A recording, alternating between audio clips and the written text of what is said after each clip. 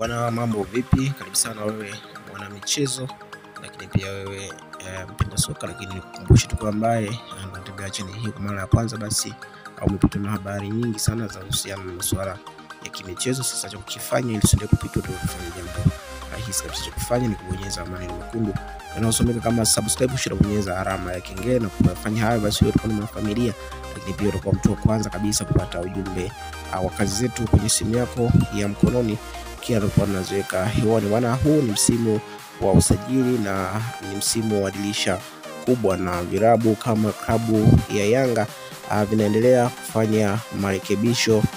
Hii yote ni kwa ajili ya maandalizi mashindano makubwa Champions League Afrika msimu ujao, na haya yote basi yanawezekana ukiwa na wachezaji wazuri. Sasa klabu ya Yanga tayari wameshafikia pazuri na kiungo huyu kutoka pale ASEC Mimosas, so mwingine ni Koimizo Omaiga. Unaweza kaona ni jinsi gani klabu ya Yanga wameendelea kufanya sajili ambazo zinakuwa zina mchango ama zina mashiko katika upande wao. Hii yote ni maandalizi, na tuna imani kama mambo yataenda vizuri kwa 100%, basi tutamshuhudia Koimizo Omaiga akitoa mchango wake katika klabu ya Yanga msimu ujao 2025 kuelekea 2026. Bwana, mimi nashukuru wewe ambaye tayari umesha subscribe, lakini kwa ambaye bado hujafanya hivyo, basi unatakiwa kufanya hivyo ili usiachwe nyuma, uwe mtu wa kwanza kabisa kupata ujumbe wa kazi kama hizi ambazo zinakuwa zinahusiana na masuala